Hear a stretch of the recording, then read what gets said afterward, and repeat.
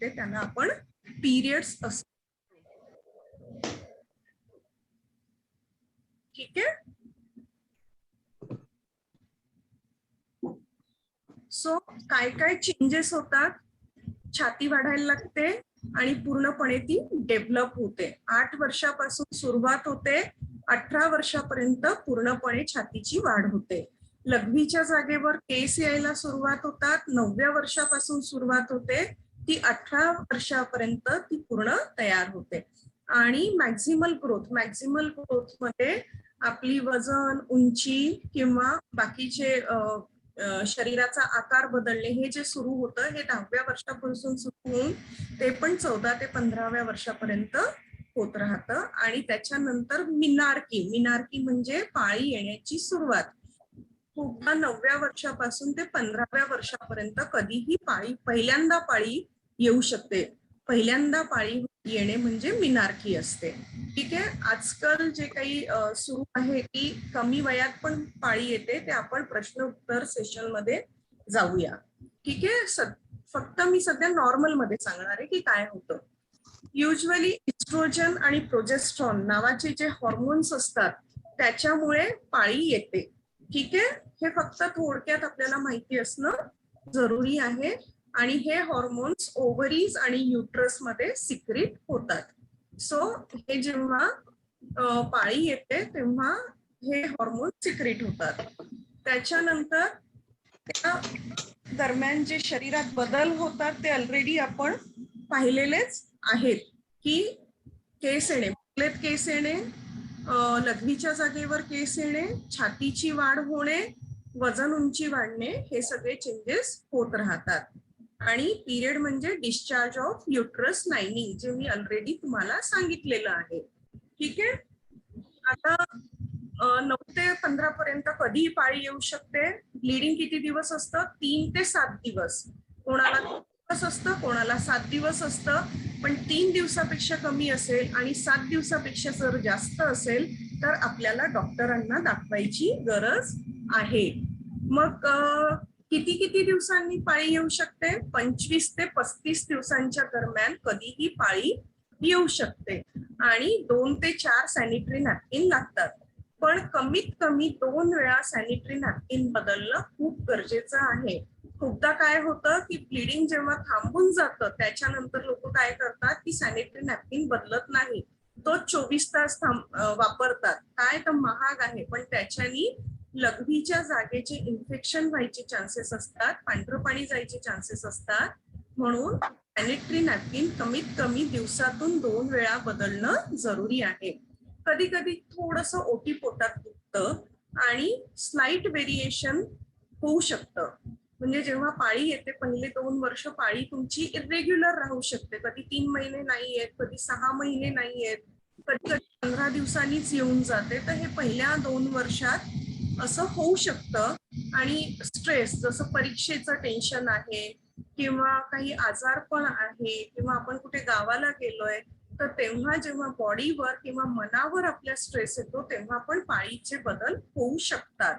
बदलमध्ये काय होईल? एक तर जास्त जाईल, जास्त ब्लिडिंग होईल, जास्त रक्तस्राव होईल, किंवा लवकर येईल किंवा उशिरा होईल, असे बदल होऊ शकतात.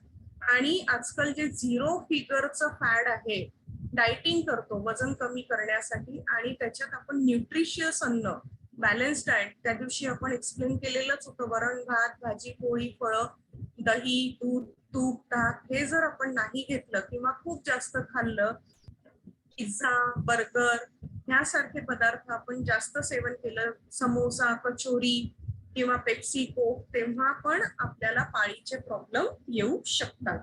कधी लवकर येईल, कधी उशिरा होईल, असं काहीतरी होऊ शकतं.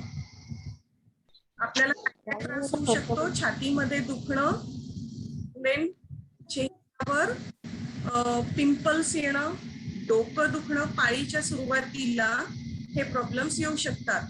पोटात असं गॅस भरल्यासारखं टंब होतं म्हणतात, म्हणजे विदर्भाच्या भाषेत. उलट्या होणं किंवा मळमळणं, शरीराचं तापमान वाढतं, सोबतच त्याचंही तापमान वाढतं, आणि थोडंसं ब्राऊन ब्लडचं डिस्चार्ज किंवा चॉकलेटी रंगाचं ब्लिडिंग होऊ शकतं. आणि हे जर प्रॉब्लेम्स जास्त होत असतील तर आपल्याला डॉक्टरांना दाखवणं आहे. 1-2 ओळी मी ह्याच्यावर म्हणेल स्त्री पुरुष संबंध. आजकाल गर्लफ्रेंड बॉयफ्रेंडचं फॅड खूप जास्त आहे आणि 8वी-9वीच्या वर्गापासूनच आपले गर्लफ्रेंड बॉयफ्रेंड सुरू होऊन जातात आणि जर आपण काही मुलांसोबत संबंध आले तर प्रेग्नन्सीचे चान्सेस असतात. आणि असं जर झालं, प्रेग्नंट जर राहिलं तर पाळी येणं थांबू शकतं. जर चुकून असं काही झालं असेल तर आणि पाळी आली नसेल तर आपल्या आईला तुम्ही सांगा. स्वतःच्या मनाने काहीही प्रयोग स्वतःवर करू नका. खूपच महत्वाचं आहे. आणि आपल्याला डॉक्टरांना कधी दाखवायचंय?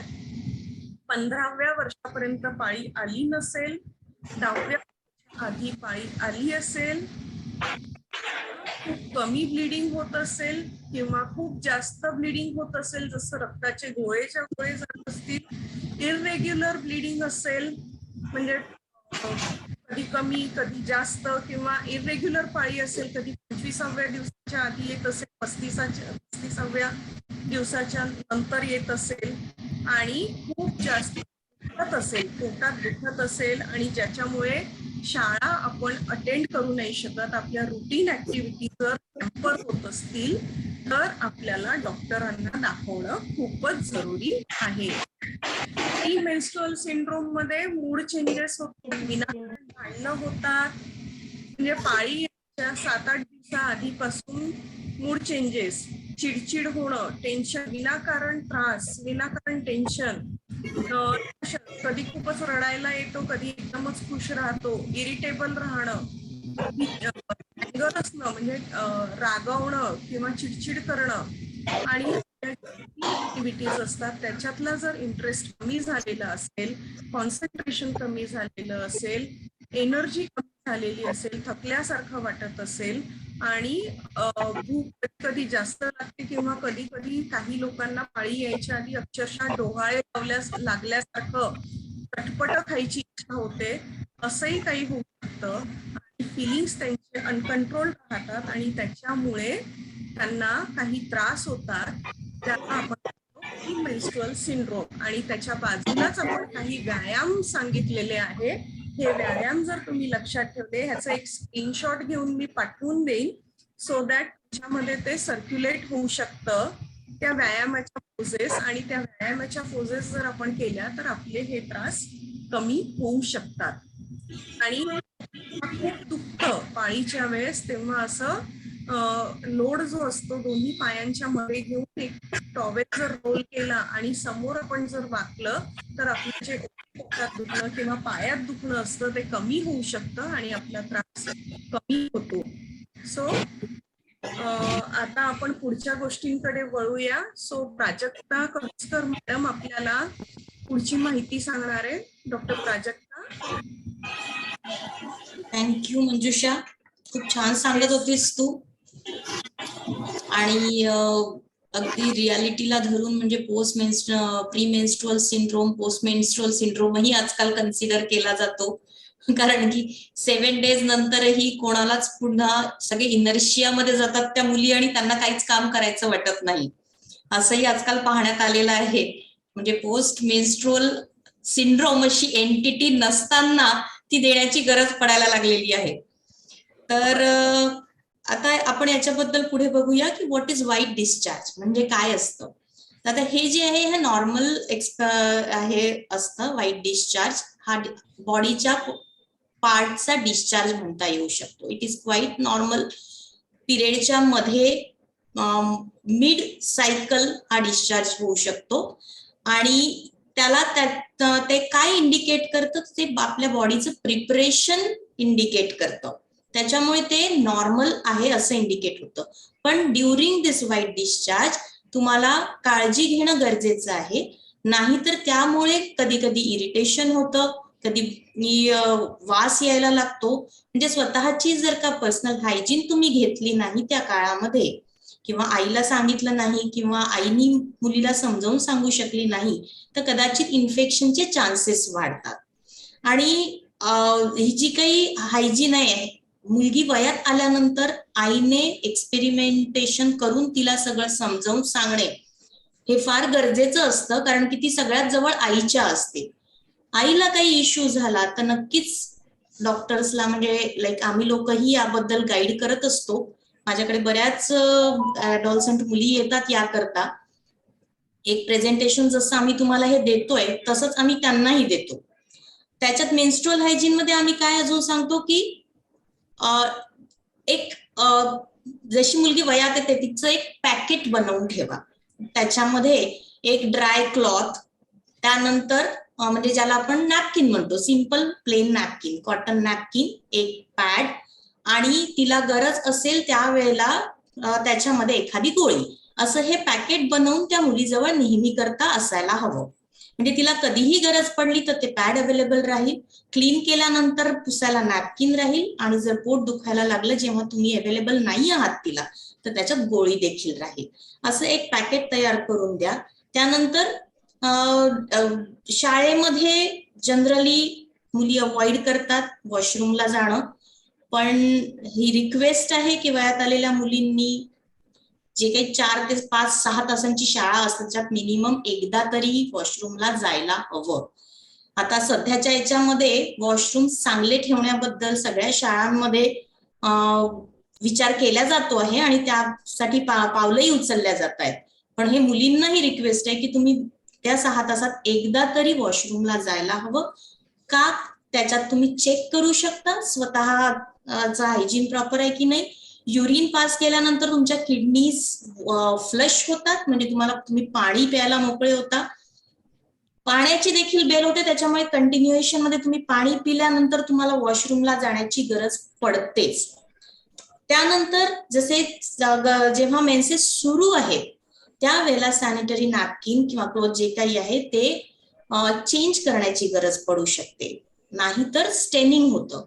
स्टेन होणे काही वाईट गोष्ट नाहीये, पण कधी कधी यामुळे एम्बॅरेसमेंट होऊ शकते, म्हणून वॉशरूमला जाणं गरजेचं आहे.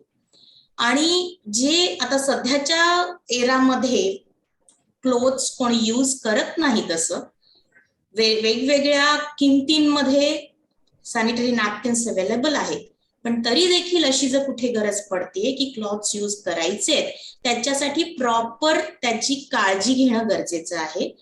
क्लॉथ्स रियुजेबल असतात, तसेच रियुजेबल सॅनिटरी पॅड्स देखील मिळतात.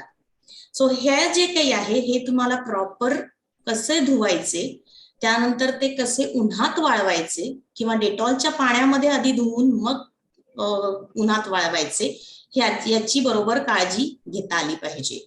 ते जर का रफ झालेत किंवा ते कडक झाले असतील तर ते पुन्हा यूज करायचे नाहीत, नाहीतर तुम्हाला प्रायव्हेट पार्ट्स मध्ये इरिटेशन होऊ शकतं. Next please.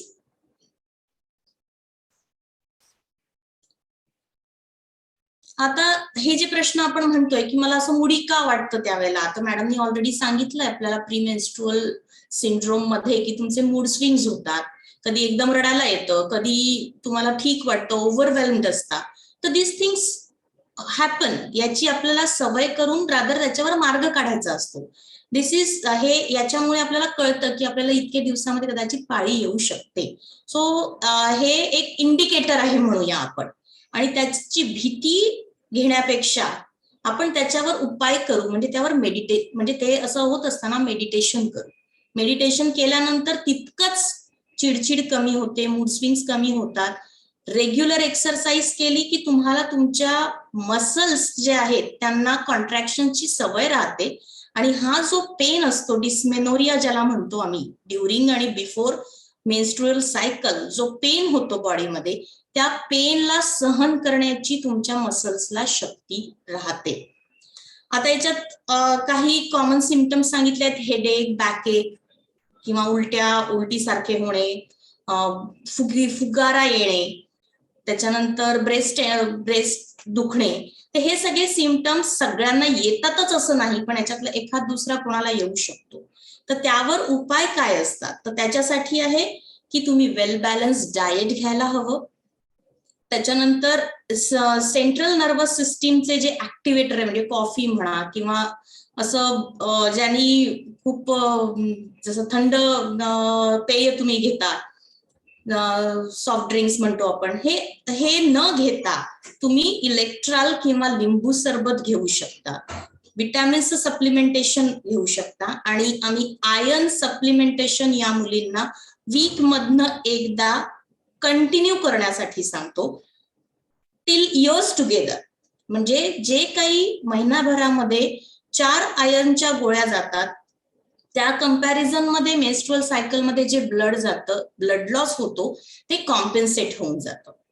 त्यानंतर या व्यतिरिक्त जर खूपच जास्त त्रास होत असेल तर नक्की डॉक्टर्सला कन्सल्ट करायला हवं. आता हे जे हेडेक आणि बॅकएक आहे, याच्यामध्ये मी जनरली ऍडवाइस करते की आंघोळ करताना पाठीवर गरम पाणी घ्या. म्हणजे त्यामुळे काय होतं की जो काही हे पेन आहे हे ब्लॉक होतं आणि तुम्हाला फ्रेश वाटतं. तर हे नक्की करून बघता येईल. Next please. ह्या काही क्वेरीज असतात की या वयात आलेल्या मुलींना म्हणा, मुलांना म्हणा, हे पिंपल्स काय येतात. तर जसे मॅडमनी चेंजेस सांगितले, आपल्या बॉडीमध्ये हॉर्मोनल चेंजेस होतात, त्यामुळे आपल्या स्किन मध्ये हे चेंजेस झालेले असतात. त्याच्यात खूप एक्सेसिव्ह स्वेट येत असतो, ऑइल सिक्रिशन होत असतं. आणि हे जे एक्स्ट्रा ऑइल सिक्रिशन होतं हे या स्किनच्या ग्लँड मध्ये असतं. तिथेच असल्यावर कधी कधी त्या ग्लँडचं जर का ओपनिंग ब्लॉक झालं, आता या वयातल्या मुलींना छान दिसायचं असतं, त्याच्यामुळे मग काय कॉस्मेटिक्स, पावडर हे सगळं आलंच पर्यायाने. तर यामुळे कधी कधी हे जे ग्लँडचे तोंड असतात हे ब्लॉक होतात आणि अशा वेळेला या मुलींना जास्त पिंपल्स येतात. कारण ब्लॉक झालं की तिथे ते अडकून बसणार ऑइल, ते बाहेर निघणारच नाही आणि तिथे इन्फेक्शन होणार. तिथे इन्फेक्शन झालं की तो पिंपल मोठा होऊन पस डिस्चार्ज त्याच्यातनं होऊ शकतो किंवा कधी कधी ते पेनफुलही असतात. तर हे अशा प्रकारचे पिंपल्स फोडण्याचा प्रयत्न करू नये. आम्ही नेहमी म्हणतो don't tackle with the don't tease the pimple, tackle with it. म्हणजे त्याला त्रास द्यायचा नाहीये, त्याच्यावर फक्त लोकल अँटीबायोटिक क्रीम लावायचं आणि त्याच्यानंतर लिव्ह इट, सोडून द्यायचं. 3 ते 7 दिवसाच्या मध्ये हे पिंपल आपोआप ठीक होऊन जाणार आणि तुमच्या स्किनवर डागही राहणार नाही. पण या उलट जर का तुम्ही फोडायचा प्रयत्न केला तर नॅचरली चेहऱ्यावर स्कार सोडतो ते पिंपल आणि मग त्यावेळेला अजून डिप्रेशन यायला लागतं. तर ही वेळ सांगू नका. आता त्यासाठी आपण काय करू शकतो, तर कमी ऑइली खायचं, एक्सरसाइज करायची, थंड पाण्याने चेहरा धुवायचा, ज्यावेळी थंडी आहे तेव्हा कोमट पाण्याने चेहरा धुवायचा, दिवसातून 3 ते 4 वेळा प्लेन वॉटर फेस वॉश करायचं. फेस वॉश करता हिमालयाच वापरणं जरुरी नाहीये. तुम्ही पाहिली असेल ना ऍडव्हर्टाइजमेंट हिमालयाची किंवा याची फेस वॉशची, की तुम्हाला पहिला पिंपल है, ती बहीण देते छोट्या बहिणीला. सो त्यांनी टार्गेट हेच केलंय की क्लीनलीनेस इम्पॉर्टंट आहे. काय क्रीम वापरताय, काय फेस वॉश वापरताय हे महत्वाचं नाहीये. तुमच्या घरी जे साबण असेल ते वापरून स्वतःची स्किन क्लीन ठेवा. बॅलन्स डाएट घ्या, शक्यतो जंक फूड अवॉइड करा. हे आता आम्ही सगळेजण ओरडून सांगतो, पण ते कितपत कोण कसं ऐकतं हा प्रश्नच आहे. Next please.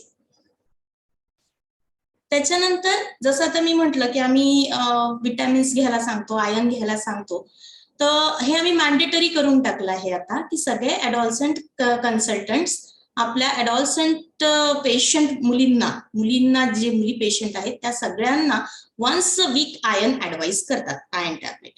यामुळे काय होतं की आम्ही लोक to some extent anaemia avoid करू शकतो. आता तुम्ही लोक काय करू शकता ॲनिमिया अवॉइड करायला? तर जर का खूप जास्त ब्लीड होत असेल तर डॉक्टरला जरूर कन्सल्ट करा. आयर्नची गोळी वीक मधनं एकदा नक्की घ्या. किती दिवस सुरू ठेवायची आहे? मेन्स्ट्रुएशन सुरू असेपर्यंत. ज्यावेळी प्रेग्नन्सी असते त्यावेळी ही गोळी वीक मधनं एकदा नाही तर रोज दिल्या जाते. हा एवढाच फरक पडेल, पण गोळी सुरू राहणार. त्या व्यतिरिक्त ग्रीन लिफी व्हेजिटेबल्स घ्यायचे आहेत, फळं खायची आहेत, हे या डेज मध्ये करणं जास्त गरजेचं आहे अजून, कारण की याच्यात तुम्ही डिहायड्रेट होत असता.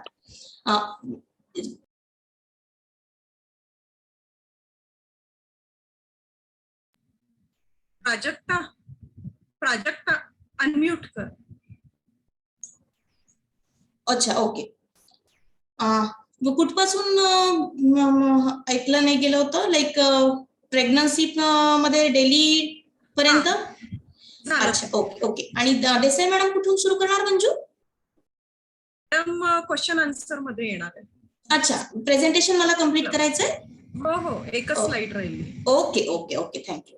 सो अॅनिमिया बद्दल बोलताना आम्ही सांगितलंय ते ऍडवाइस तर तुम्ही घेणारच, पण तुम्ही तुमच्याकडनं काय करू शकता, तर पाणी भरपूर घ्यायचं, प्रोटीन पावडर घेण्याचा प्रयत्न करायचा डेली एकदा, ग्रीन लिफी व्हेजिटेबल्स, आणि त्या सोबत फळही, म्हणजे विटॅमिन्स, प्रोटीन्स आणि आयर्न या तिन्ही गोष्टी जेव्हा तुम्ही एका वेळी घेता त्यावेळी डेफिनेटली तुम्ही अॅनिमिया अवॉइड करण्याकरता तुम्हाला मदत होते. जेव्हा केव्हा पिरियड्स मध्ये खूप जास्ती ब्लड जात आहे, पिरियॉडिकली हिमोग्लोबिन चेक करायला हवे, सो दॅट आपल्याला कळेल की हिमोग्लोबिन जर कमी झालंय तर त्याच्यासाठी काहीतरी ट्रीटमेंट करता येईल. त्यानंतर एक्सरसाइज अतिशय इम्पॉर्टंट आहे. मी तुम्हाला आधी सांगितलं, जसं प्री मेन्स्ट्रुअल सिंड्रोम मध्ये इतके सगळे सिम्पटम्स येत असतात, कुणाला बरेच येतात, कुणाला एखाद दुसरं, कुणाला हेडेक होतं, तर पाणी या डेज मध्ये भरपूर प्यायला हवं, कारण कधी कधी पाणी कमी पिल्या गेलं तर डिहायड्रेशन होतं, आणि डिहायड्रेशनमुळे हेडेक इज व्हेरी कॉमन. म्हणजे हेडेक झालं तर आम्ही मुलींना फक्त आधी पहिले हे सांगतो की पाणी तुम्ही ॲडिक्वेट घ्या, पाणी आणि खाणं, स्मॉल फ्रिक्वेंट डाएट. खायची इच्छा होत नाही बऱ्याच जणींना, जसं सांगितलं ना नॉशिया होतो, तर स्मॉल फ्रिक्वेंट डाएट घेणं गरजेचं आहे. तो अशा प्रकारे स्वतःची काळजी जरूर घ्या. आता मॅडमनी ऑलरेडी आपल्याला सांगितलेलं आहे की आपल्या शरीरामध्ये बरेच बदल होत आहेत, तर शरीरात दिसण्यातही बदल होत आहेत, म्हणजे फिजिकल चेंजेस, जे दिसत नाही असे हॉर्मोनल चेंजेस, पण या हॉर्मोनल चेंजेस आणि दिसण्यातल्या चेंजेसमुळे आपल्या सायकोलॉजीमध्ये पण काही चेंजेस होतात. या तिघांना आम्ही म्हणतो bio, psycho and social changes. तर हे जे 3 चेंजेस झालेले आहेत त्यामुळे अपोजिट सेक्स कडे अट्रॅक्शन होतं, विच इज व्हेरी नॉर्मल. जर असं काही असेलही तरी त्यासाठी घाबरून जाण्याची गरज नाहीये. सो दिस इज, हा हॉर्मोन्सला न्याय आहे एक प्रकारे. जर तुमच्या शरीरात नॉर्मल हॉर्मोन्स आहेत तर त्यामुळे होणारे त्याचे नॉर्मल परिणाम पण असणार, तर हा त्याचा एक परिणाम कन्सिडर करून पुढे जायला हवं. थांबायचं कुठे, तर अट्रॅक्शन जरी आहे तरी देखील कुणाशी बोलायचं, कुणाशी मैत्री करायची, मैत्री हेल्दी कशी ठेवायची, आणि त्या हेल्दी मैत्रीच्या लिमिटेशन्स काय असायला हव्या, इतक्या गोष्टी मुलांना आणि मुलींना नक्की माहीत असायला हवं. का हे इम्पॉर्टंट आहे? सेक्शुअली ट्रान्समिटेड डिझीज आपल्या इथे स्कूल गोईंग चिल्ड्रन पासून दिसत आहेत, म्हणजे एक 8वी 9वीच्या मुलांपासनं आम्हाला लक्षात येत आहे. त्याच्यामुळे हे एज्युकेशन तुम्हाला तुमच्यापर्यंत पोहोचणं फार गरजेचं आहे. आणि हे जर एकदा सेक्शुअली ट्रान्समिटेड डिझीजेस झाले तर त्याच्यासाठी ट्रीटमेंट घेणे आणि त्याला बरेच दिवस ती ट्रीटमेंट ठेवणे गरजेचं असतं, जे तुमच्या वयातल्या लोकांना एकदम त्याचा इम्पॉर्टन्स आणि गरज कळत नाही. म्हणून केव्हाही prevention is better than cure. Thank you very much for patient listening.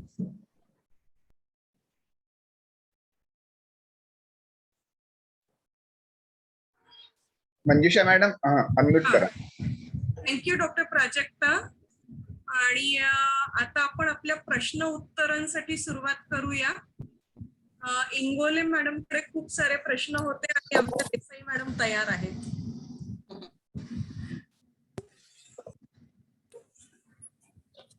Ingole madam, कोठे मॅडम?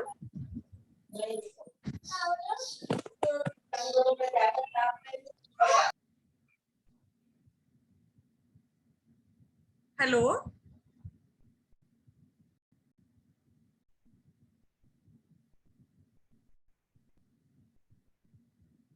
इंगोले मॅडम.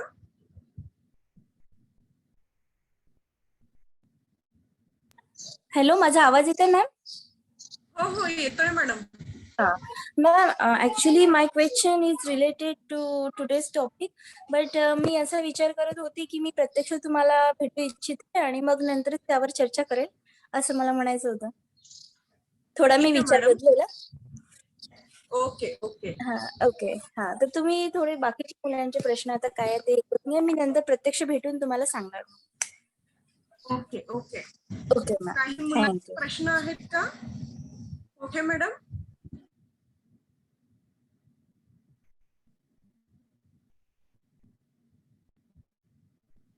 बरं, तोवर काही मिथ्स असतात ते मी सांगू का? हा.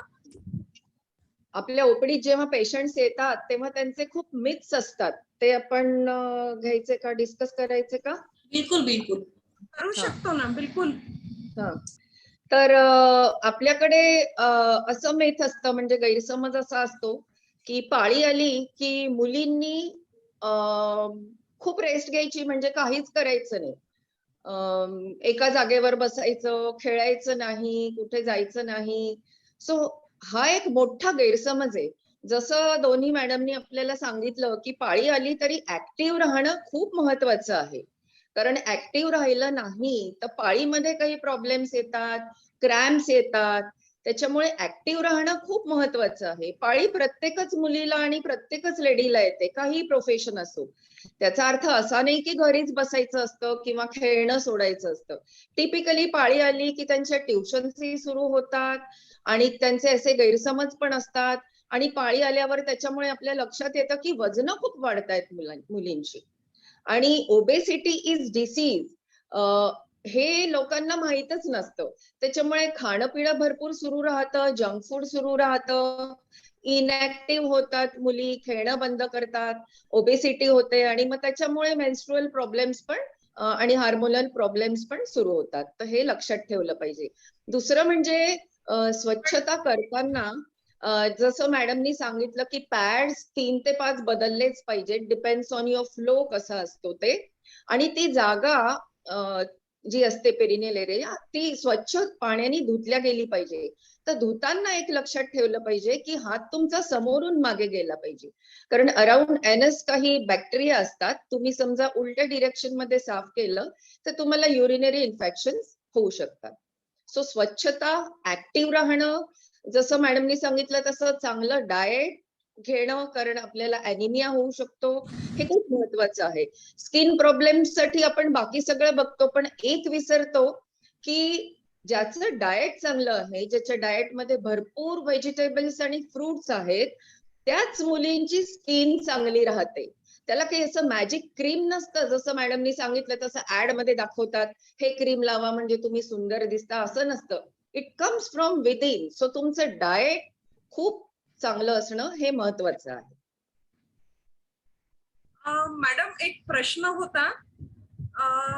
जेव्हा मुलींची पाळी सुरू होते किंवा घरात कोणाची पाळी येते तर तेव्हा देवपूजा नाही करू देत, नाही का?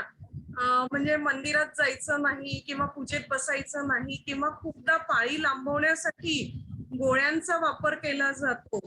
तर हे कितपत योग्य आहे, आणि ह्या कंडिशन्स मध्ये आमच्या मुलींनी काय करायचं ते तुम्ही सांगाल का? Okay. So with due respects to all seniors who believe in this system, as a doctor, I personally feel की तिने एका जागेवर बसणं किंवा तिला कुठे जायला तुम्ही नाही म्हणणं हे बरोबर नाहीये. फक्त एकच सांगितलं गेलं पाहिजे की स्वच्छता फार महत्वाची असते. तुम्ही पॅड्स चेंज केले तर तुम्हाला लीक होणार नाही, वास येणार नाही, आणि तुम्हाला स्वच्छ वाटेल, बाजूच्यांना पण स्वच्छ वाटेल. पण पर्सनली मला असं वाटतं की पाळी आली म्हणून हे नको करायला, ते नको करायला, हे फार मोठे आपल्या संस्कृतीमध्ये मिथ्स आहेत. आणि with due respect to others elders, as a doctor I feel की हे काही गोष्टी या बरोबर नाहीयेत. म्हणजे यावर मी एक थोडं बोलू का? कसं असतं की आधीच्या म्हणजे जे अपब्रिंगिंग झालं तेच आपण फॉलो करत जातो. Without asking questions to ourselves की काय बरोबर आहे आणि काय चूक आहे.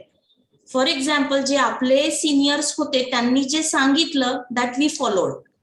पण आता वी आर इन चार्जेस. आता आपण आपल्या मुलींना जे काही सांगू ते त्यांना कळणार. तर त्यानुसार we can really create a change और bring a big change in this system. असं नाही वाटत का मॅडम? बिलकुल. So this is I think की आपण आता आपल्या सिनियर्सलाही समजून घेऊ शकतो आणि आपल्या लहान मुलींनाही सांगू शकतो. So we can bring a change. तर माझे सगळ्या आई लोकांना माझं हे रिक्वेस्ट आहे की अपब्रिंगिंग मध्ये थोडा फरक आणा. त्यांना सगळं एज्युकेट करा मुलींना.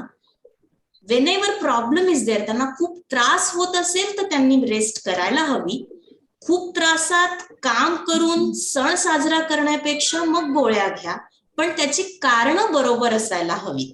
असं जरुरी नाहीये की याच्यामध्ये करायचंच नाही असं नसतं. स्मिता मॅडमनी एकदम बरोबर सांगितलं बिकॉज ऑफ हर रिस्पेक्ट देऊन त्यांनी सांगितलं. पण मला अजून म्हणायचं वाटतं की आपण आता इन्चार्जेस आहोत. We are in that age that we can definitely bring a change. Thank you. Definitely म्हणजे एक शारीरिक स्वच्छता ठेवणं खूप महत्वाचं आहे आणि सोबतच मानसिक स्वच्छता पण करणं जरुरी आहे. आणि शारीरिक मानसिक स्वच्छता असली तर आपण कुठेही कोणत्याही देवाचं नाव घेऊ शकतो किंवा कोणतीही पूजा करू शकतो. त्याच्यात पाळी असणे नसणे ह्याचा काही एक संबंध नाहीये. ऍब्सोल्युटली. अजून एक प्रश्न आहे माझ्याकडे. खूप सारे प्रश्न झालेले कारण मुली विचारत नाहीये तर मला विचारणं जरुरी आहे. आजकाल जे म्हणतात वजायनल डुशिंग किंवा जी लघवीची जागा असते ती म्हणजे जिथून पाळी येते, वजायना जो असतो तिथे साबणाच्या पाण्यानी किंवा डेटॉलनी किंवा सॅव्लॉननी किंवा काही असे सोल्युशन्स येतात त्याच्यानी लोक स्वच्छ करतात. म्हणजे इव्हन मोठ्या बाया सुद्धा किंवा लहान मुली सुद्धा आईच सांगते मुलांना की हे वापर. तर हे कितपत योग्य आहे? नाही, हे बरोबर नाहीये. ऍक्च्युली डेटॉल किंवा असे काही इन्ग्रेडियंट्स वापरायला नको. केवळ वॉर्म वॉटरनी ती जागा साफ केली पाहिजे. बस. आणि जर असं केलं तर काय होऊ शकतं? कारण नॉर्मली मी जे वाचलेलं आहे किंवा जे काही आहे की तिथला जो बॅक्टेरियल फ्लोरा, आपल्या शरीरात प्रत्येक ठिकाणी वेगवेगळ्या प्रकारचा बॅक्टेरियल फ्लोरा असतो. तसाच आपल्या वजायनामध्ये एक बॅक्टेरियल फ्लोरा असतो आणि तो फ्लोरा जो आहे ह्या सगळ्या क्लीन केल्याने तो खराब होऊन जातो आणि त्या ठिकाणी वेगळे ऑर्गॅनिझम्स आपली वाढ करतात आणि त्याच्यामुळे पांढऱ्या पाण्याची प्रॉब्लेम किंवा बाकी जे काही आहे इचिंग होणं, ह्या समस्या, बर्निंग होणं, जळजळ होणं, ह्या समस्या वाढू शकतात. सो अशा प्रकारचे प्रयोग कृपया करून स्वतःवर करू नका. अजून काही प्रश्न आहेत का?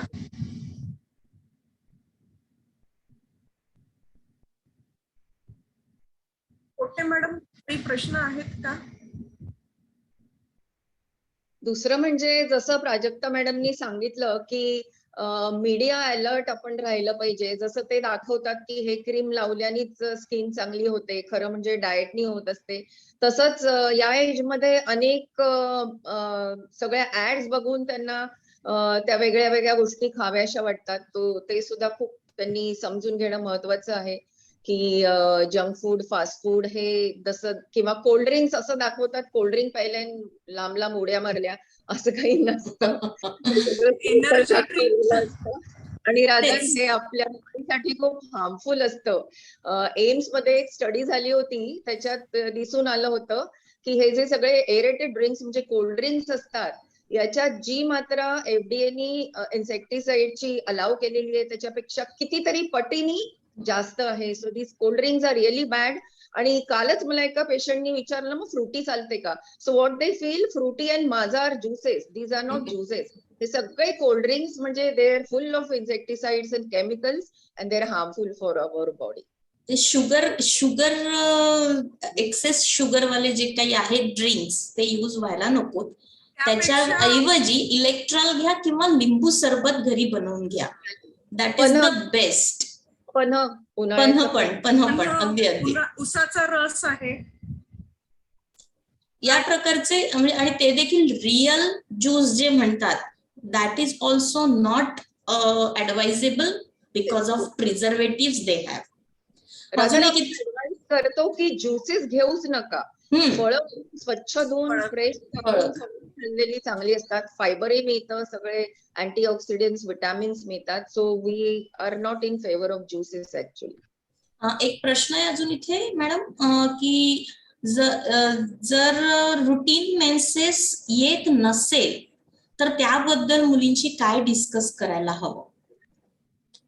म्हणजे नॉर्मली मेन्सेस सुरू झाले आहेत, 10व्या वर्षापासून जनरली आपण 10th इयरला 10th बर्थडेला आम्ही म्हणतो की मुलींना you should educate about the menstrual cycle, कारण त्याच्यानंतर केव्हाही सुरू होऊ शकते, ती घाबरू नये म्हणून. त्यानंतर मेन्सेस व्यवस्थित सुरू झाले आणि सडनली मध्ये मेन्सेस येत नाहीये, तर यासाठी आपण काय काय गोष्टी तिच्याशी डिस्कस करायला हव्या?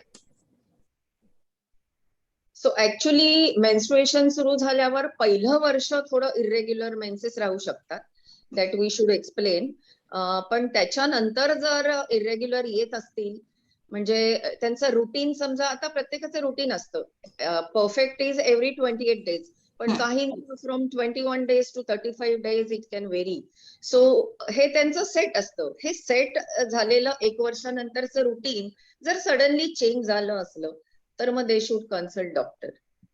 आणि त्या ह्याच्यात कसं की डॉक्टर्सला असं, तर तुमच्याकडे जर कोणी आई घेऊन आली तर तुम्ही कसं काउन्सिल कराल त्यांना, किंवा काय सांगाल किंवा विचाराल, ते जर आपण आज यांना सांगितलं तर मला वाटतं की त्यांनाही कोणाला कन्सल्ट करायची इच्छा होईल, कारण कन्सल्ट करण्यासाठी पण त्यांना भीती वाटते की काय विचारतील हे, आपण काय उत्तर द्यायची.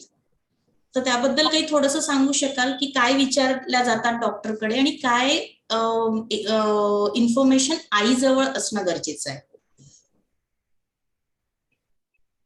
सो आईला आपण थोडंसं प्राईम केलं पाहिजे अबाउट हार्मोनल चेंजेस आजकाल जे होत आहेत. आजकाल इनॅक्टिव्हिटीमुळे लाईफस्टाईल डिसीजेस खूप रॅम्पंट आहेत, आणि त्याच्यात पीसीओडी बद्दल आपण थोडंसं आईला इन्फॉर्म केलं पाहिजे, थायरॉइड बद्दल इन्फॉर्म केलं पाहिजे. सो पीसीओडी बद्दल इट इज लाईफस्टाईल डिसीज, हे आपण इन्फॉर्म केलं तर शी कॅन टेक केअर आणि पुढचं सगळं ती व्यवस्थित गाईड करू. आणि मला असं वाटतं की आईला जर आपण म्हंटल की बगलेट केस यायला लागले आता आणि छातीची वाढ व्हायला लागलीये, तर दिस इज राईट टाइम की आता तुम्ही मेन्स्ट्रुअल सायकल विषयी आपल्या मुलीला समजावून सांगा. कुठेतरी आईला पण हेजिटेशन असतं, कारण तिला पाळी येईपर्यंत कोणी सांगितलेलंच असतं. म्हणजे युजली आपण आपल्या काळात जर विचार केला तर जोपर्यंत आपले स्कर्ट स्टेन होत नव्हते किंवा ड्रेसेस स्टेन होत नव्हते, तेव्हा लोकांना माहितीच नव्हतं की आता पाळी आलेली आहे किंवा असं काही होत असतं, आणि आल्यावर आई पॅड द्यायची. तर आता हे सिच्युएशन चेंज व्हायला पाहिजे. इव्हन शाळांमधूनही ती माहिती आपण देतोय, आणि त्याचसाठी आपण वंदे मातरम स्कूलचा आभारही मानायला पाहिजे की त्यांनी आपल्याला ही संधी दिली आहे. यासोबत अजून एक मी फक्त ऍडवाइस करते मुलींना की पाळी सुरू झाल्यानंतर मुलींनी स्वतःची डायरी मेंटेन जरूर केली पाहिजे, की ज्यामध्ये पाळी सुरू होण्याचा दिवस आणि पाळी बंद होण्याचा दिवस त्यांनी त्याच्यात तो मेन्शन करावा. आणि हे एज्युकेशन आईच प्रॉपरली देऊ शकते, किंवा मग आमच्याकडे जेव्हा येतात तेव्हा आम्ही हे टाइम टेबल त्यांना समजावून सांगतो. ही एक सवय लागली तर मुलींना पुढल्या आयुष्यासाठी स्वतःच सेफ्टी कळायला लागते. त्यासोबत इरेग्युलॅरिटी जर यायला लागली किंवा जे काही इश्यूज पाळीबद्दलचे येतात ते अननोटिस्ड जात नाही, त्यांच्याकडे नक्कीच लक्ष दिलं जातं. आणि त्यानुसार जर एवढा अवेअरनेस घरी असेल तर डेफिनेटली हे लोक डॉक्टर्सला कन्सल्ट करू शकतात. आणि अजून एक सजेशन हे आहे मुलींसाठी, ह्या जर डेट्स त्यांनी रुटीन मध्ये आपल्याकडे लिहिलेल्या असल्या तर आपल्याला एक अंदाज येऊन जातो की ह्या दिवसांमध्ये आपली पाळी येणार आहे, आणि एक सॅनिटरी नॅपकिन आपण एखाद्या व्यवस्थित पाउच मध्ये, खूपदा मुली काय करतात की बॅग मध्ये कुठे कोंबून देतात आणि मग तो वापरतात आणि त्याच्याने इन्फेक्शन व्हायचे चान्सेस राहतात. सो एखाद्या ब्लॉक पाउच मध्ये त्या डेटच्या साधारणतः 7-8 दिवसाआधीपासून किंवा नेहमीसाठी एक सॅनिटरी नॅपकिन सोबत ठेवणं जरुरी आहे. आपले नाही तर आपल्या मैत्रिणीचे पिरियड्स जरी आले तरी आपण तिला ते मदत करू पाऊच शकतो. गिफ्टच करायला हवं पहिल्या मेनार्कीला. That pouch is to be gifted. आणि हे जर का आईने दिलं तर ती मुलगी लगेच आईशी कम्युनिकेट करायला तयार असते. आणि दुसरं अजून एक म्हणायचंय की मुली पाणी खूप कमी पितात, सो दॅट त्यांना वॉशरूम युज नाही करावं लागलं Correct. पाहिजे. सो पाणी भरपूर प्या. भरपूर म्हणजे किती प्यायचंय? जर तुमचं वजन 50 किलो आहे सपोज, मॅक्झिमम ह्या वयातले सांगते मी, तर 1 किलोला अंदाजे 30 ml प्रमाणे किंवा 40 ml प्रमाणे, तर आपल्याला 50 किलोचं 50 गुणिले 40 म्हणजे 2000 ml, that is 2 litre. 2 litre पाणी आपल्याला पिणं जरुरी आहे. आपण खूपदा जास्त प्या म्हटलं की ते कंटिन्युअस पाणी पित राहतात आणि मग कंटिन्युअस वॉशरूमला जातात. इतकंही पाणी प्यायची गरज नाही आहे. आणि सूचा रंग लेमन येलो पाहिजे, एकदम पांढरा नको, पिवळा पण नको, एकदम डार्क पिवळा पण नको, पण हलका पिवळसर रंग सूचा पाहिजे. जास्त पिवळा म्हणजे समजायचं पाणी कमी पिलंय आणि त्याच्याने आपल्याला लघवीची जळजळ आणि बाकीचे त्रास होऊ शकतात. आणि आपण ते मग ते ऑर्गन्स इतक्या जवळ आहे की इकडचं इन्फेक्शन तिकडे जाण्यात वेळ नाही लागणार आणि त्रास वाढू शकतो. सो पाणी भरपूर प्यायचंय आणि वॉशरूम वापरायचं आहे. Excuse me ma'am, I am हो, sorry madam. For interrupting you. I am sorry. पण मॅम मला एक प्रश्न आता माझ्या डोक्यात एकदम आला. माझा प्रश्न वेगळा आहे. तो प्रश्न जो मी विचारणार तुम्ही प्रत्यक्ष भेटून हा. विचारणार. पण मॅम माझी एक म्हणजे मला 2 मुलं आहेत. एक 6.5 वर्षाचा मुलगा आहे आणि मुलगी आहे माझी आता 4.5 वर्षाची होईल ती बोला. जून मध्ये. तर मॅम तिला कसं आधी एक हिमोग्लोबिनची टेस्ट असते ती केली होती, कोणती तरी टेस्ट आहे ती केली होती आणि त्याच्यासोबत एक युरिन टेस्ट पण केली होती. तर थोडंसं तिला हा. इन्फेक्शन निघालं होतं, छोटी आहे, इन्फेक्शन निघालं होतं. आणि मॅम तिचं वेट फारच कमी आहे, म्हणजे समजा 10 किलो की 10-10.5 किलो समजा असं. ती जेवण फार कमी करते आणि तिला बाहेरचं असं जास्त जंक फूड वगैरे असं खूप आवडते, पण आम्ही तिला देत नाही. आणि ती जास्तीत जास्त हट्ट कशासाठी करते, जसं आता तुम्ही मग म्हणाल्या होत्या की फ्रुटी माझा वगैरे आता चर्चा झाली ना थोडी, त्यामुळं तर तिला मॅम ते जास्त आवडतं. तर मॅम त्याच्या बदल्यात तिला नेहमी कसं सर्दी वगैरे असते, त्याच्यामुळे आम्ही थोडं लिंबाचं सरबत, आंबट वगैरे वस्तू ज्या आहेत त्या थोड्याशा अवॉइड करतो देणं. तर मॅम असं आम्ही काय दिलं पाहिजे की लिंबाच्या सरबताने सर्दी होत नाही. ते होत नाही. ही तर मग मिथ देऊ आहे शकतो अगेन. ते देऊ की काय असतं की युजली मुलांना अॅनिमिया झाला की दॅट्स विशियस सायकल.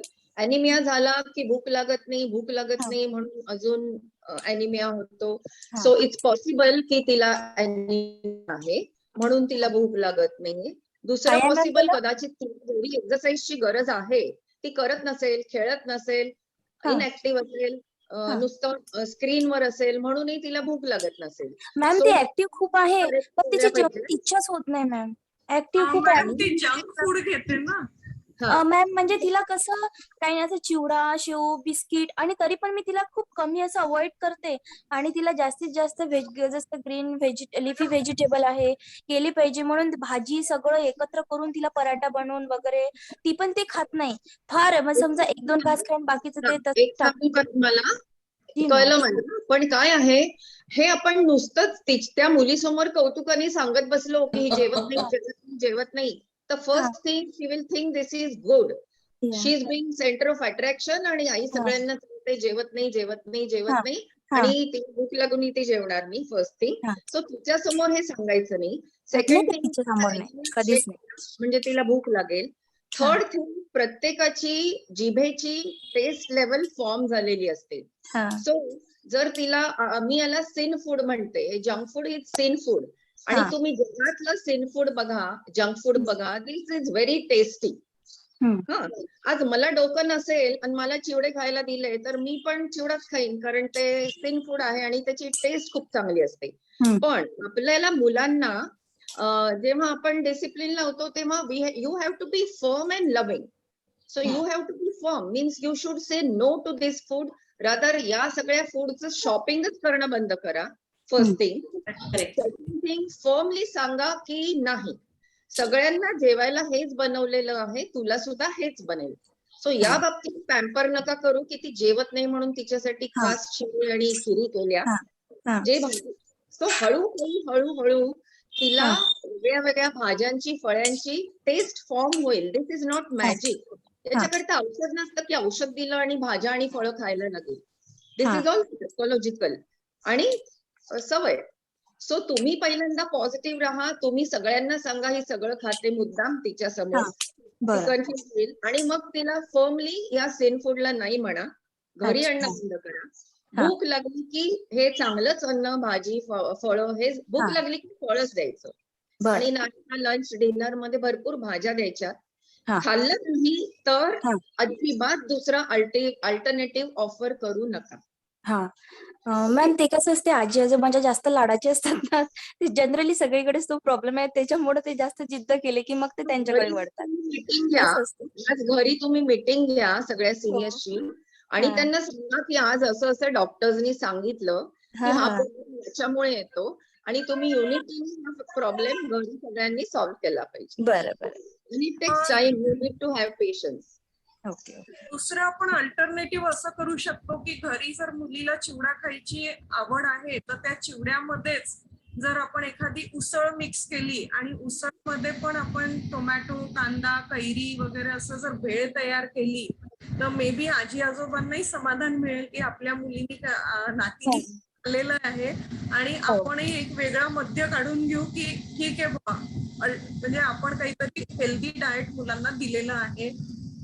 सो त्याला थोडस मॉडिफाय करा. जर पिझ्झा खायची आवड आहे तर पिझ्झाचं टॉपिंग तुम्ही कसं हेल्दी करू शकता ते तुम्ही थोडस लक्ष द्या. भाज्या जास्त टाका. बाहेरचा जास्त तसं तिला मॅम जेवण आवडत नाही, तिला जेवणाची ॲलर्जी असो समजा, आणि मग तिला फ्रुट्स वगैरे सगळे खाते ती, बाकीचं पण जेवण नाही करत. जोपर्यंत बाकीचं अन्न बंद करणार नाही आणि एखाद्या वेळेस नाही जेवली तर काही फरक नाही पडत.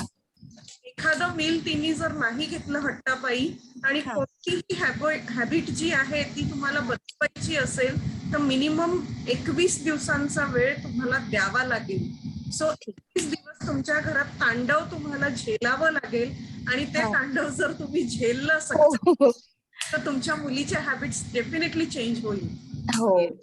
एका दिवसात नाही. आणि तुम्ही एखादं असं बॉक्स बनवा की ज्याच्यात काही गोट्या म्हणा किंवा काही असं वस्तू, मार्बल्स म्हणतो आपण त्याला, आणि एक हे ठेवा, 2 बॉटल्स ठेवा. एक फूड डिट्स म्हणजे तिने काय चांगलं केलं, आज जंक फूड नाही खाल्लं म्हणून एक मार्बल त्याच्यात टाकायची आहे आणि आज व्यवस्थित जेवली म्हणून एक मार्बल त्याच्यात टाकायची आहे. आणि अशा जेव्हा 20 किंवा 25 मार्बल्स तुमच्या जमा होतील, गोट्या जमा होतील आणि ती स्वतःला टाकायला हवा आणि त्याच्यानंतर तिच्यासाठी एखादं काहीतरी गिफ्ट किंवा छोटंसं ठरवा आणि सायमल्टेनियसली जेव्हा ती टाकत असेल तेव्हा सगळ्यांनी मिळून तिच्यासाठी तुम्ही टाळ्या वाजवा. म्हणजे तिला एन्करेज करायचं की नाही? एन्करेज करायचंय आणि एन्करेज फक्त टाळ्या वाजवून करायचंय, एखादी वस्तू देऊन नाही करायचंय. नाही तर तुम्ही एक हॅबिट सोडवायला जाल आणि दुसरं काहीतरी लावून ठेवाल. असं होऊ शकते. बरोबर. होप तुमचा प्रॉब्लेम थोडाफार सॉल्व्ह झाला असेल. Best for you. 21 दिवस तुम्ही पाळा आणि त्याच्यानंतर तुमच्या मुलीमध्ये चेंज तुम्हाला मिळेल. मॅम म्हणजे माझे दोन्ही पण मुलं फार अपोजिट आहे. एकाला म्हणायला लागते अरे जास्त खाऊ नको तुला अपचन होईल असं होईल, आणि तिला म्हणायला लागते खा असं आहे. ते थोडस अपोजिट आहे. खाते पण तिला जे पाहिजे ते ती खाते आणि मोठा जो आहे तो व्यवस्थित भाजी पोळी जेवत असेल. सो तिचं खाण्याची पद्धत वेगळी किंवा पदार्थ वेगळे आहे. जे वेगळे पदार्थ ती खाते आणि जे तब्येतीसाठी घातक आहे ते तुम्ही बंद करा किंवा तुम्ही आणूच नका. That will be better. ठीक आहे ना मॅम. सगळं thank you ma'am. Thank you. And ma'am मला असं म्हणायचं आहे, you have organise this programme. You are really a great compliment and there is a lot of discussion from all sides. Thank you. Thank you so much madam. या प्रोग्रामचं recording पण केलेलं आहे. Okay. मला शेअर करू सो दॅट जे मुली आज जॉईन नाही होऊ शकलेल्या आहेत त्याचा लाभ घेतील, त्याचा फायदा करून घेतील आणि simultaneously as we have decided आपण परत कार्यक्रम घेऊया. Okay ma'am. ओके. आणि ma'am I am satisfied and I don't think there is any question left. असं वाटतं मला. Thank you so much. फारच छान, फारच छान कार्यक्रम. घेऊया, फारच. बेसिक कार्यक्रम घेऊया. न्यूट्रिशनवर आपण ठरवू शकतो. हो. हा फक्त तुमच्या मुलीचा नाही तर बाकीच्या मुलांचाही प्रॉब्लेम आहे. आणि ऍज डिसाइडेड आय थिंक आपण पालक सभा जेव्हा होईल तेव्हा आपण हा कार्यक्रम घेणार आहे न्यूट्रिशनवर Okay. आणि डाएटवर, सो Okay. दॅट पालकांना तेवढं मार्गदर्शन मिळेल. हो. Okay, thank you ma'am. Thank you so much. Okay. अजून कोणाचे काही प्रश्न आहेत का? ओके मॅडम, काही आहेत प्रश्न? Madam madam unmute unmute. करा. मॅडम अनम्यूट करा तुम्हाला. हो, ओके. सर, मेन प्रॉब्लेम मला असं वाटते की आताची जी जनरेशन आहे ती हे मीडियामुळे पॅरेंट्सचं ऐकतच नाही.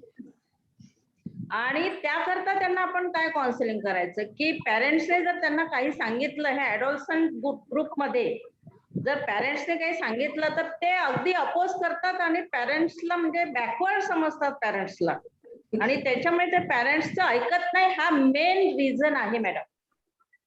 की मला वाटतं की या एज मध्ये सगळेच जण आपल्या आई वडिलांना काही कळत नाही असं म्हणत म्हणजे असतात. ते पॅरेंट्सला आणि घरच्या लोकांना म्हणजे बहिणीला म्हणा, पॅरेंट्सला ते शत्रू समजतात. आणि त्याच्यासाठी- parents ने त्यांना काही पण सांगितलं तर ते ऐकत नाही. म्हणून आणि असं त्याच्यामुळे पॅरेंट्स हतबल होतात ना, त्यांना कळतं सगळं की अरे आपल्या मुलीने असं करायला पाहिजे, तसं करायला पाहिजे. ती प्रत्येक अँगलने त्याला समजायचा प्रयत्न करते, पण ती ऐकण्याच्या मनस्थितीमध्येच नसते. मेन याच्यात प्रॉब्लेम एक गोष्ट असते की 5 वर्षापर्यंत आपण मुलांचे खूप लाड करतो, तेव्हा आपण त्यांना कधीच नाही म्हणत नाही.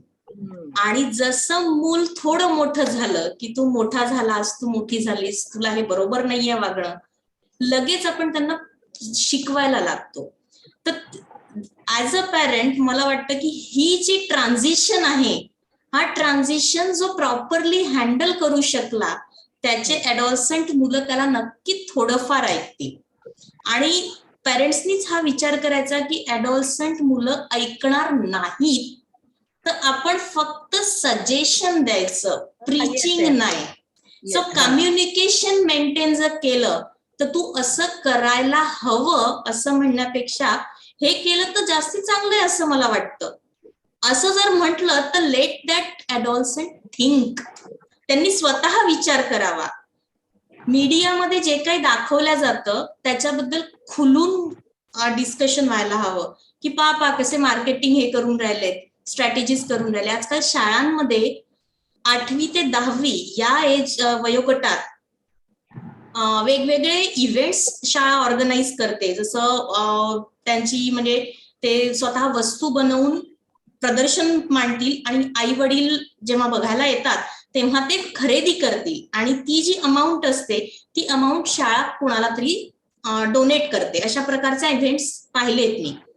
तर हे जे आहे अशा प्रकारच्या इव्हेंट्स मध्ये आपणच कम्युनिकेट करायचं की तू मार्केटिंग कसं करशील. मग त्याला कळतं की ऍडव्हर्टाइजमेंट जी आहे ती मार्केटिंग साठी आहे, ते टार्गेट करतायत. कारण हे त्यांना कळत नाहीये, हे कळतं आपल्याला. तेच. आणि सेकंडली म्हणजे कसं आहे की ते हिरो हिरोईन्स बघतात, त्यांचं ते बघितल्यानंतर त्यांना असं वाटतं की अरे हे असं घेतात म्हणूनच त्यांना असं झालं. करेक्ट ह्या करेक्ट सर्व मीडियाचा इम्पॅक्ट त्यांच्या डोक्यावर होऊन राहिलाय ना, इम्पॅक्ट होऊन राहिलाय. आणि ह्या वयामध्ये त्यांना रिअल काय आहे, रियालिटी नाही आहे ना, ते सगळं इमॅजिनरी आहे त्यांचं माइंड. करेक्ट त्यांचं इमॅजिनरी माइंड असल्यामुळे त्यांना रियालिटी काही कळत नाही त्यांना. तर मला असं वाटते की थर्ड पर्सन जो आहे, थर्ड पर्सन त्यांना जास्त सांगू शकतो. आम्ही आहोत थर्ड पर्सन. डॉक्टर लिनेश, याच्यात तुम्ही काही ऍड कराल का? मॅडमच्या प्रश्नात तुम्ही काही ऍड कराल उत्तरात? हो, एकदा आपला माझा आवाज येत असेल हो येतोय सर. तर एक सिंपलशी म्हण आहे, कनेक्ट बिफोर यू करेक्ट. हे जर आपण करू शकलो तर जास्त चांगलं होईल. आपण बरेचदा मुलांना समजून घेत नाही, त्याला काय वाटते तो का बरं नाही म्हणत आहे, त्याचा हा उद्देश आपल्यापर्यंत बरेचदा पोहोचलाच नसतो. आपणच कनेक्ट होत नाही, तिथे कम्युनिकेशन गॅप असते. ती कम्युनिकेशन गॅप पहिले भरून काढा. मग आपल्याला काय वाटते ते त्याला तो समजून घेईल. त्याच्यानंतर मोटिवेशनल इंटरव्ह्युइंग म्हणतात एक प्रकार आहे की आपण त्याला सांगायचं त्याचं मोटिवेशन काय, त्याला आपल्याला जे पटतं ते नाही करत आहे, तो काहीतरी वेगळंच करत आहे, तो किंवा ती असं दिसतं आपल्याला पेरेंट्सला. तर आपल्याला त्याला विचारायचं की किंवा तिला विचारायचं की तुला काय करायचं आहे, आणि मग ती तिच्या किंवा त्याच्या उद्देशापर्यंत पोहोचण्यास काय काय अडथळे येऊ शकतात ते त्याला दाखवून द्यायचे आहेत. सेकंड, त्याला अल्टरनेटिव्ह पाथ दाखवायचा आहे की तुला जर हे बनायचं आहे तर तुला हे करावं लागेल, तुला जर सुंदर बनायचं आहे तर तुला हे खावं लागेल. तर हे दाखवल्यानंतर इमिडिएट त्याला किंवा तिला पटणार नाही, पण तिथे आपल्याला थांबायचं आहे. Let the person think. तिथे आपण थांबू शकलो, तिथे आपण फोर्स नाही अप्लाय केला, तिथे आपण पुश नाही अप्लाय केला तर तो आपल्याला रेजिस्ट करणार नाही.